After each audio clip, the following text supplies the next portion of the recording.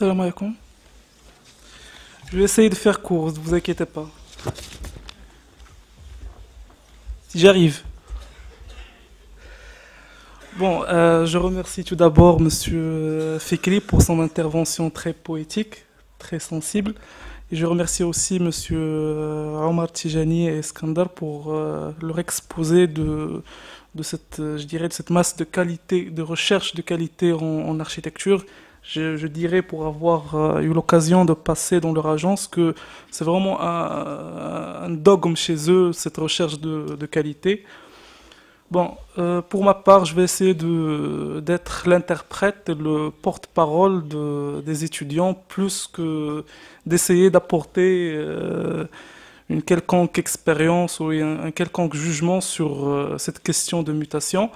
Parce que d'abord, la question de mutation pour nous, les étudiants qui ont commencé l'architecture alors que le Maroc était déjà, se disait déjà engagé dans sa tentative de projet social, de projet sociétal. Donc il n'est pas à nous d'en juger de cette mutation, si elle est une vraie mutation, si elle est en faux rythme ou pas. Mais ce que je peux dire, je pourrais dire à propos de la relation de cette mutation avec l'architecture, c'est ce qu'on voit dans nos écoles, c'est ce qu'on voit dans la volonté des étudiants de pouvoir toujours faire mieux, à tort ou à travers, je dirais parfois, mais c'est dans cette volonté de faire toujours mieux, de faire toujours de la qualité, d'être toujours actuel. Ça, c'est vrai, c'est une mutation. L'intéressant aussi, c'est que nous trois, je dirais les trois générations qui sont venues aujourd'hui exposer leur point de vue, partagent les mêmes référents à la base, je dirais les mêmes référents poétiques, les mêmes référents au niveau de la volonté de faire de l'architecture, mais notre génération a ses particularités qui viennent tout d'abord du fait que l'architecture au Maroc n'arrive pas encore à constituer une tradition d'architecture. Le fait qu'on partage les mêmes référents est une bonne chose et une mauvaise chose en même temps parce qu'il n'y a pas de cumul. Généralement, les jeunes architectes ne profitent pas de l'expérience des moins jeunes qui les ont précédés, ni des seniors. C'est-à-dire peu d'architectes qui connaissent le travail de leurs seniors ou des architectes qui les ont précédés. Donc ça, c'est je dirais le mauvais côté. Mais le bon côté, c'est que on arrive toujours à s'entendre au niveau architecture sur les sources, sur les influences, sur ce que devrait être un projet architectural au Maroc. On peut être divergent sur cette question de nécessité de mutation ou de véracité de la mutation au Maroc. Parce que de toute façon, une mutation peut être provoquée par une évolution ou par une décadence, on ne sait pas. Et comme je vous ai dit, c'est pas à nous, jeune génération, d'en juger. Il nous est imparti de faire ce qui attendait, ce que je dirais notre pays attend de nous, c'est faire de l'innovation, d'essayer de faire de la qualité, d'essayer sinon de travailler dans la continuité effective, parce que comme j'ai dit, il n'y a pas un cumul, essayer de générer une nouvelle dynamique. Donc, après cette introduction, je vais, comme je vous ai dit, me faire le porte-parole et le messager des étudiants envers les trois principales catégories je dirais, de gens qui les intéressent. Ça veut dire c'est les professeurs, les écoles, leurs amis et, je dirais, confrères, étudiants et les architectes confirmés et en pratique. Je commencerai par parler à nos professeurs, à nos écoles. Je vais être simple et direct. On a envie d'une tradition architecturale. On a envie que vous nous donnez des challenges, plus que des cours, plus qu'un enseignement. Parce que rare dans nos écoles aujourd'hui, on retrouve des espaces de travail où on retrouve toute la complexité réelle qu'il y a dans le métier. Je ne parle pas de la complexité qui devrait être dans les écoles, devrait être beaucoup plus difficile que celle qu'on retrouve dans le terrain, dans la profession. Au niveau des écoles, on n'arrive pas à retrouver cette atmosphère, je dirais, catalysatrice, qui peut catalyser nos efforts, qui peut catalyser notre envie d'innovation. Cela, on peut l'illustrer par le simple constat qu'en atelier, on est en train encore de travailler sur, je dirais, d'un effort, sur un effort perdu. Parce que ni l'effort qu'on fait à l'école n'est directement concentré sur les vrais problèmes qu'on a au niveau ni de l'urbanisme ni de l'architecture au Maroc. En plus de ça, on n'intègre pas beaucoup de notions et de problèmes que la responsabilité de l'architecte lui impose de réfléchir dessus et de travailler dessus. Bien sûr, la question environnementale, les questions sociales, toutes les questions qui sont attachées à l'identité, à la mémoire. Bien sûr, il y a beaucoup de professeurs, certains parmi eux qui sont présents aujourd'hui, qui ont une ligne directrice, qui essayent d'instaurer des traditions, qui essayent d'instaurer une méthode de travail. Mais on aura beaucoup à gagner s'il y a beaucoup de professeurs de ce genre qui adoptent une méthode dans l'enseignement de l'architecture, même quitte à adopter une idéologie. Mais dans tous les cas, c'est bénéfique pour l'étudiant, ça le stimule. Tout à part le vide et le flou. Ça tue les étudiants. Je me suis permis cette introduction parce qu'elle est liée à ce que je vais essayer d'expliquer, parce que je vais, en deuxième lieu, essayer de vous rapprocher comment les jeunes étudiants et futurs jeunes architectes accèdent au métier d'architecte. On est dans une situation un peu délicate où on n'a pas la chance d'avoir une tradition architecturale. On est dans une époque où l'idéologie est carrément morte en architecture, avec l'arrivée du post-contemporanisme, je dirais, après le mouvement contemporain, après, je dirais, la perte de l'importance de la stylistique et le désintéressement de toute manière des architectes et des professeurs à enseigner la manière de faire l'architecture.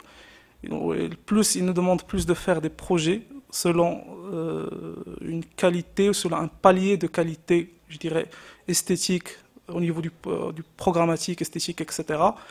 Mais il n'y a pas, je dirais, une tradition architecturale. Ça, c'est pas forcément une mauvaise chose, parce que dans de meilleures conditions, ça ouvrirait la voie à se concentrer sur les vrais problèmes et à laisser l'expression, je dirais, esthétique ou comment interprétant un programme à l'innovation et aux capacités de chaque étudiant. Mais de toute façon, on va voir comment cette donnée influe-t-elle sur nos étudiants, nos futurs architectes, comment voit-on l'architecte, comment voit-on l'architecture, comment la produise-t-on. D'abord, pour comprendre ça, il faut comprendre cette génération d'abord. Cette génération, je dirais, c'est une génération de jeu. Je vais dire ça. C'est pourquoi j'ai écrit enjeu de jeu. C'est une génération de multimédia. C'est une génération qui est folle de multimédia, d'interactivité, de tout ce qui est simultané, interactif, direct, tout ce qui est image. Notre point d'accès vers l'architecture, c'est l'image. Moi, je le dis sincèrement, je crois que les étudiants qui sont ici, une majorité va être d'accord, je pense, que notre principal point d'accès au savoir architectural et à l'architecture, c'est l'image. Ce n'est pas forcément une mauvaise chose. Je vais expliquer après que c'est une donnée à double tranchant.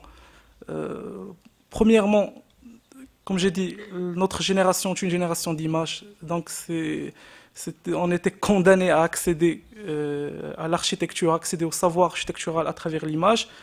Notre génération est une génération je dirais, où ça a été décidé que l'art majeur, c'était le cinéma. Notre centre d'intérêt, c'était le graphisme. Où déjà, nos écoles avaient gardé une certaine tradition en beaux-arts, ça veut dire qu'elles accentuaient beaucoup sur le dessin, sur la plasticité. Donc ça n'a fait que conforter cette tendance vers l'image. On est une génération aussi de crise généralisée, politique, économique et environnementale. Et nos seniors ont bien fait le travail et ils nous ont laissé dans, je dirais, dans le pétrin. Euh, Parce que là, je parle sincèrement parce que ils nous ont pas laissé dans le pétrin, ils sont toujours avec nous, ils travaillent, ils essaient aussi eux de trouver des solutions dans le bâtiment, dans l'architecture par rapport à la question environnementale. Mais au niveau de l'enseignement, je dirais ni aussi à part une sensibilisation, il n'y a pas vraiment, je dirais au Maroc, un travail de fond sur cette question. Bien sûr, il y a une génération de déception. Ça, c'est, ça, c'est, c'est flagrant. Donc voilà, une génération d'images, de crise et de déception. C'est, bon, je vais passer. Pourquoi l'image? Je vais essayer dans mon intervention de vous faire comprendre pourquoi le choix de l'image. C'est pas par envie de faire de l'infographie. J'ai discuté avec Monsieur Omar Alaoui et Monsieur Skandar avant de venir à la conférence. Ils m'ont demandé sur quoi voudrais-tu parler. Je leur ai parlé de l'image. Je leur ai dit que je veux faire comprendre que l'image pour nous, c'était pas ni un moyen de gagner de l'argent, ni un moyen de faciliter. C'était pour nous le moyen d'apprendre l'architecture. Parce que dans l'absence, j'ai dit, de tradition architecturale, je dirais, dans le cadre, je dirais, du flou généralisé qu'il y avait dans nos ateliers, dans notre système d'enseignement. Je ne dis pas que c'était un mauvais système d'enseignement, il nous a donné les bases quand même, mais il y avait un flou. Il y avait des efforts de professeurs, mais il y avait peu d'efforts pour vraiment former des gens capables d'intervenir dans la complexité actuelle du métier. Euh, Bien sûr, comme j'ai dit, les raisons pour lesquelles nous avons opté pour l'image, il y a des raisons directes. Notre génération est une génération d'images. C'est la simultanéité, la virtualité, qui rend le travail, la virtualité, la simultanéité et l'immédiateté, parce que ça rend le travail sur la complexité beaucoup plus facile. Avec ces données-là, on peut jouer avec la complexité. On peut émettre des milliers d'hypothèses et les expérimenter. Bien sûr, le jour où on veut passer à la réalité, on se gourre. On est dans le pétrin, mais bon, je suis encore étudiant, je peux me gourer, c'est ça. Mais encore, comme j'ai dit, il y a la fin de l'idéologie en architecture qui a laissé un vide au niveau de la formation, au niveau de comment inculquer l'âme de l'architecture. Il y a l'absence d'une tradition. Quand on n'est pas dans un cadre où il sait les problèmes de son pays, où il veut contribuer à les régler, on n'a pas de tradition d'architecture. Voilà. Et l'absence de stratégie. Ça veut dire on ne nous oriente pas vers un métier précis. On te dit tu es architecte, tu te retrouves en agence, tu peux te retrouver à faire que du chantier ou là, que de l'image, là, faire un peu de tout sans vraiment expérimenter ce que c'est qu'un architecte, ce qu'il devrait expérimenter dans ses premières années comme formation, comme principe. Parce que comme je dirais, le flou architectural continue en agence, bien sûr, à part quelques agences comme celle qui vient d'exposer. Euh,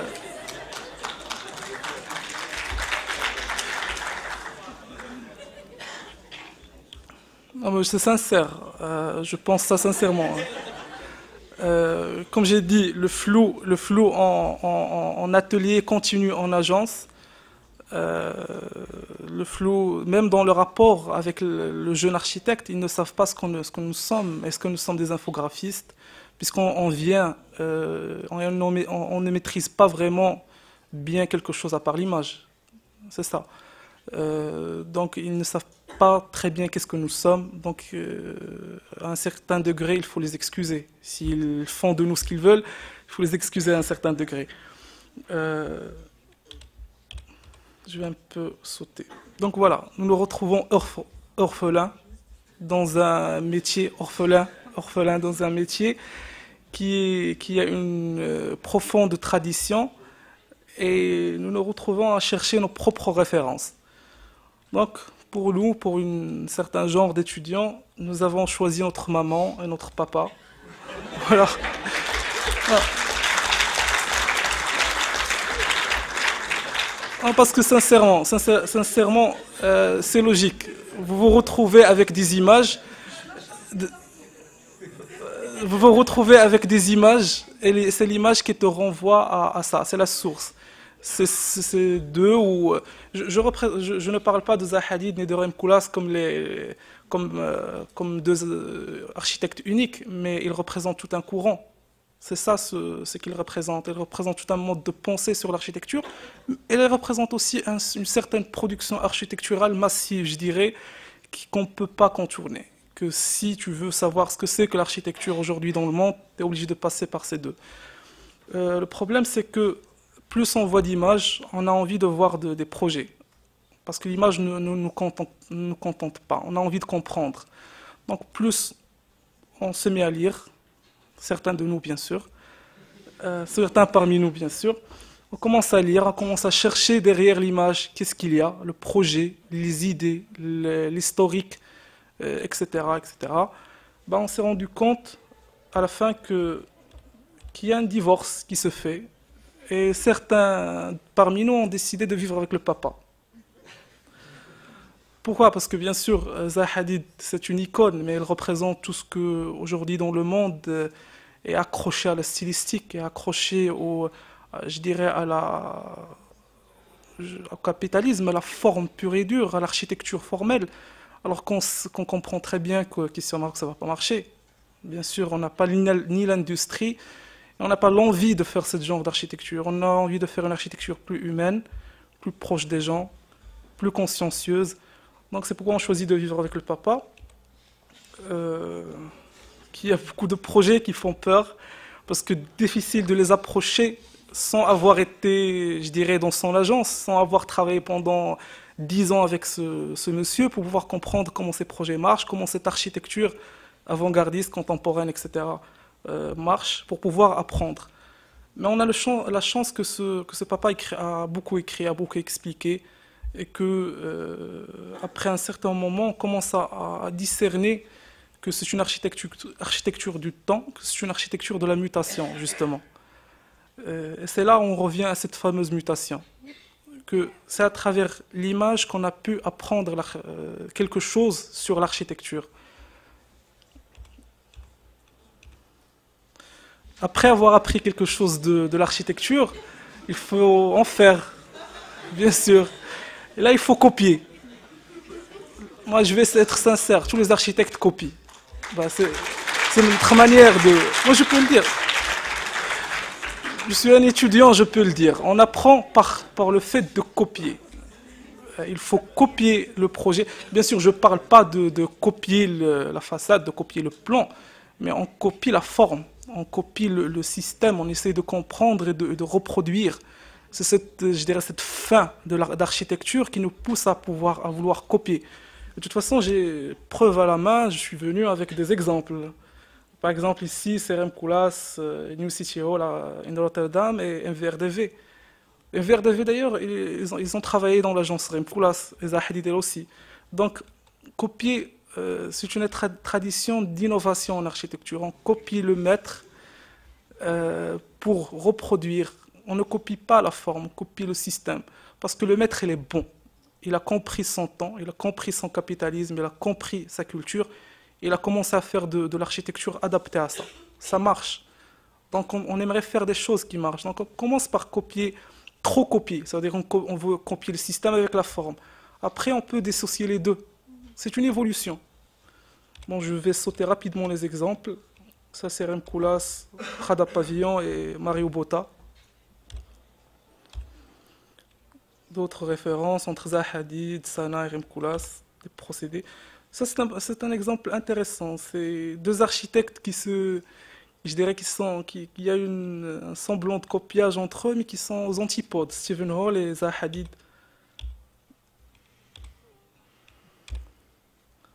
Là, on vient à comment coller, à comment produire.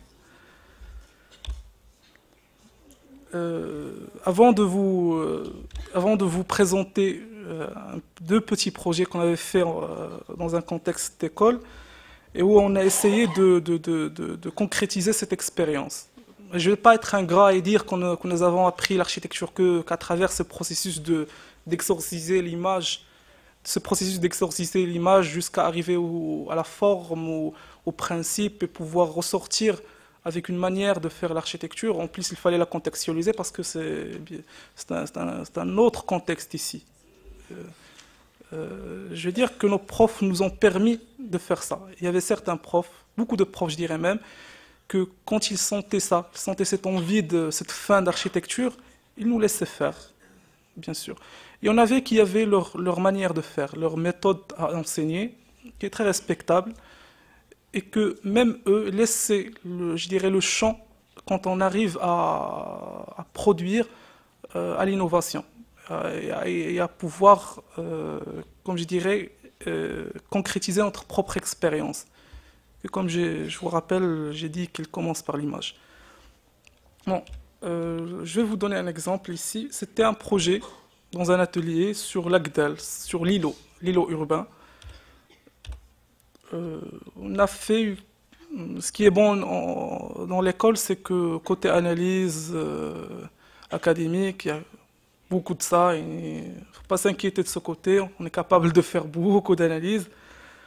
Bon, je vais passer rapidement parce que je ne sais pas s'il y a encore du. Je voudrais laisser un peu de temps au débat. On a fait une analyse typologique. 5 petites minutes, Omar, s'il te plaît. T'inquiète. Parce que là, on vient de dépasser le quart d'heure et Pas grave, c'est pas le grave. quart d'heure bonus aussi. On a fait des études typologiques, tout ce qu'il faut pour faire je dirais un projet urbain, bien sûr dans un contexte d'école. Les études de prospect, de typologie urbaine, de typologie d'îlot, on est des bons élèves, vous inquiétez pas. Mais arrivé au projet, nous avons voulu faire une approche, je dirais, sensible, une approche comme M. Fikri peut-être apprécie, une approche qui s'intègre dans l'urbain, s'intègre dans tout ce que nos profs nous ont enseigné comme sensibilité à l'architecture et à l'urbain. Nous avons déterminé nos espaces à garder, c'était des anciens villas coloniaux que nous voulions conserver. On a décidé de transformer quelques-unes, d'en garder une qui était dans un axe intéressant et de faire un projet d'îlot ouvert. Mais avec, comme je vous ai exposé nos références, ça ne marchait pas. Arrivé au projet, on a dit non. D'ailleurs, ce projet, je l'ai travaillé avec M. Amin Sadaouni, qui est là. C'est lui qui a dit non. Il nous a dit tout le monde non. Je veux pas faire un projet d'école. Je veux pas faire un projet d'agence. Il a dit que c'était un très bon projet d'agence, de faire un petit îlot ouvert avec un jardin intérieur, de retaper les façades. Moi, je veux faire autre chose. Moi, je suis imbibé d'architecture contemporaine. Je veux expérimenter autre chose. Et nous montrons en fait ce projet juste pour lancer un message aux profs. C'est laisser les étudiants expérimenter. Ils savent très bien que ça ne marche pas. Ils savent très bien que c'est irréalisable. Ils ne sont pas dupes. Ils savent très bien que par rapport au contexte, c'est autre chose. Mais c'est nécessaire pour exorciser ce qu'ils ont cumulé comme image, comme référent, pour pouvoir après, avec votre encadrement, je parle ici des profs et des architectes chez lesquels ils travaillent après, avec votre encadrement, avec votre, je dirais, votre encadrement, votre jugement, votre enseignement, votre expérience, ils vont recadrer cette envie d'innover et d'exploser exposer plutôt leurs acquis au niveau d'image. Bon, on a commencé à essayer à composer un îlot qui soit en même temps introverti et en même temps ouvert. On a essayé en fait de travailler une pièce urbaine, de dégager, de travailler plutôt que de travailler sur le simple îlot et de le transformer. Nous avons jugé que tout le quartier devait être transformé pour que la transformation sur cet îlot soit logique, soit sensée. Donc nous avons dégagé tout le quartier pour le faire habiter dans la pièce urbaine et dégager plus d'espace pour tout ce qui est équipement, pour tout ce qui est espace de vie. Mais aussi la pièce urbaine devait être qualitative. C'est une pièce urbaine poreuse, je dirais un genre de ville verticale,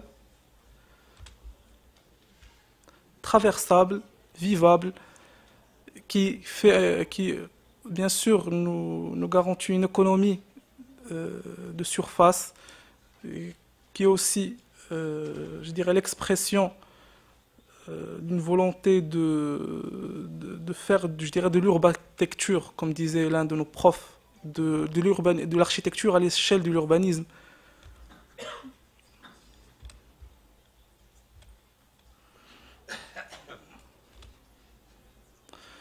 Bon, pour vous prouver que, de toute façon, les étudiants d'architecture savent très bien la situation ils sont. Après passer à l'agence, nous avons décidé de faire la transition. C'est-à-dire, une fois l'image exorcisée, une fois les référents, je dirais, digérés, on voulait faire de la contextualisation, on voulait faire de l'innovation, mais contextualisée. C'est pourquoi je vais vous exposer un deuxième projet à Dakhla. Et c'est un monsieur qui demandait de l'architecture du Sud, il demandait de l'architecture saharienne. Alors, aller expliquer à un promoteur qu'il n'y a pas d'architecture saharienne, que ces gens-là utilisent des tentes et qu'au meilleur des cas, on peut utiliser la métaphore ou la tente comme métaphore. Bon, on a essayé justement, ce projet nous a imposé des défis.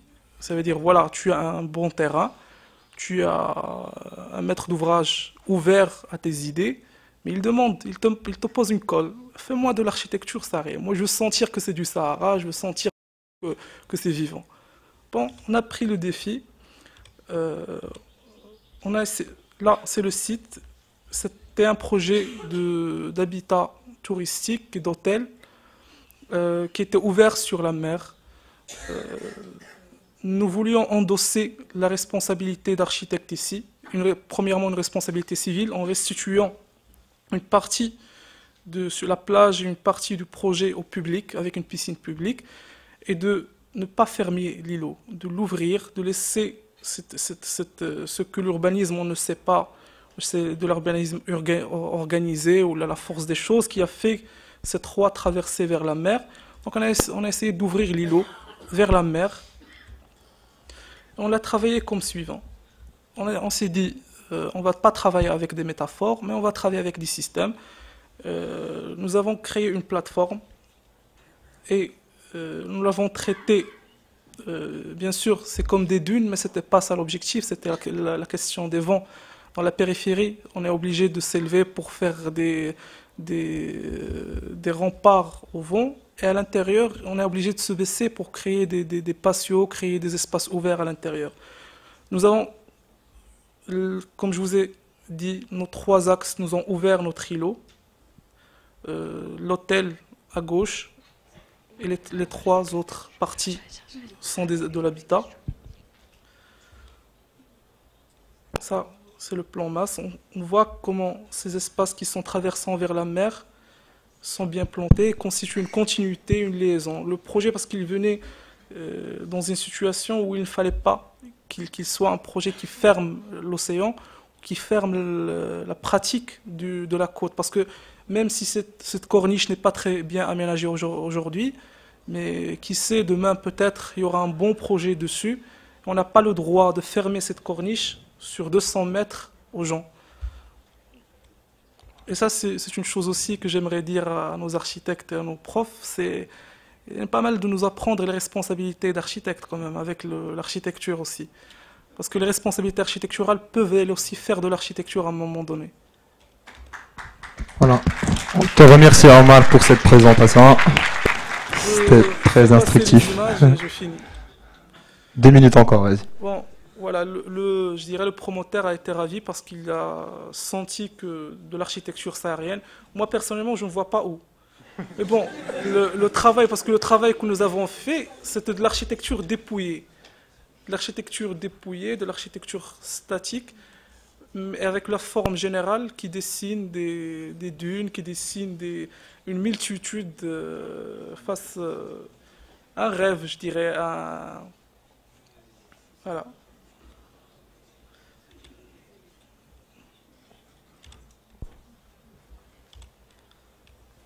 une oasis.